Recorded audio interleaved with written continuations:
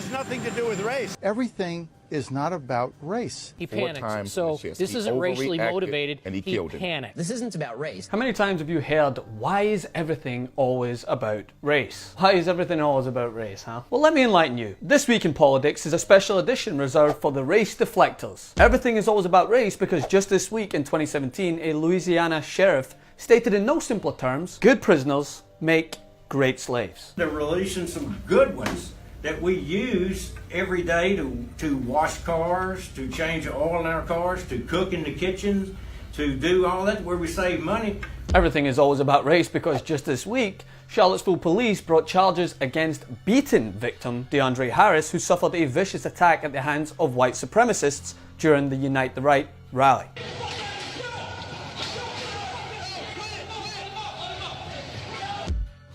Meanwhile, some of Harris's attackers have been arrested, but only thanks to an effort led by Shaun King to identify the perpetrators and put public pressure on the police to act. Everything is always about race because the judicial system in Charlottesville found it tough to identify the white supremacists who were on video, I guess because their white skin makes it harder to see the immediate guilt. But not to worry, when a black woman helped remove a racist statue, she was arrested immediately. Everything is always about race because the colour-skewed right-wing media and their ever-so-honourable Blue Lives Matter supporters have said jack shit over the white Texas Tech student who shot and killed a brave officer just last week. Everything is always about race because it seems that Blue Lives Matter and All Lives Matter only seem to find their voices when a black American speaks out against systemic injustice, but when a white perpetrator breaches that system, we hear crickets. Everything is always about race because to this day, there are still imbeciles like the frat fuckboys at University of Florida who, in their emboldened state, thought this was just hilarious.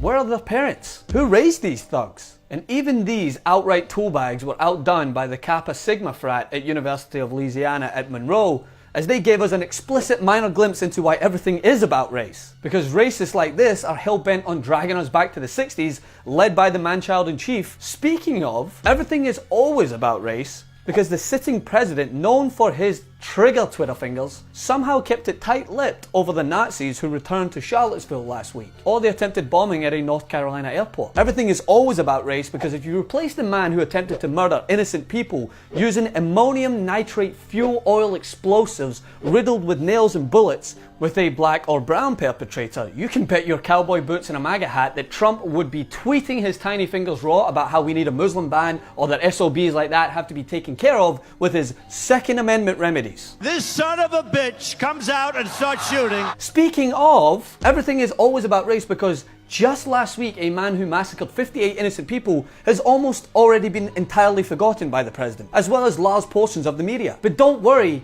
he will let us all know what he thinks about Jemele Hill though. Everything is always about race because this incompetent shadow of a man tasked with leading the free world spoke openly about how the dying citizens of Puerto Rico, You've thrown our budget a little out of whack. but was happy to spend $300,000 of taxpayers' money to fly good old Mike P to Indiana to sit at a football game for 35 seconds, then cry like a snowflake about players kneeling and head back west. And I know what you're saying, Francis, what is 300k? I mean, it's not like that 300k could buy 1,404,000 bottles of water for Puerto Ricans who are surviving off a bottle a day per family. Everything is always about race because the racist leading the country sat in front of a crowd and talked openly about how Colin Kaepernick should have been punished, a take that received angry cheers from the crowd. And frankly, the NFL should have suspended him for one game. You cannot disrespect our country, our flag, our anthem. You cannot do that. You know, the same people that claim they fight tooth and nail for free speech, a right that they have forgotten is extended to all Americans, black included. Everything is always about race because in just 1 week, we witness countless examples demonstrating that racism remains a prominent, pervasive, intractable stain on the American flag, to the point where even a black American puts on the uniform representing that flag and swears to protect her fellow citizens. That black American is still subjected to a torrent of racial abuse and told to go back to Africa. That's why everything is about race. Follow me on Instagram at Francis M. Maxwell. Follow me on Twitter also at Francis M. Maxwell. Like and share the video. Continue to resist.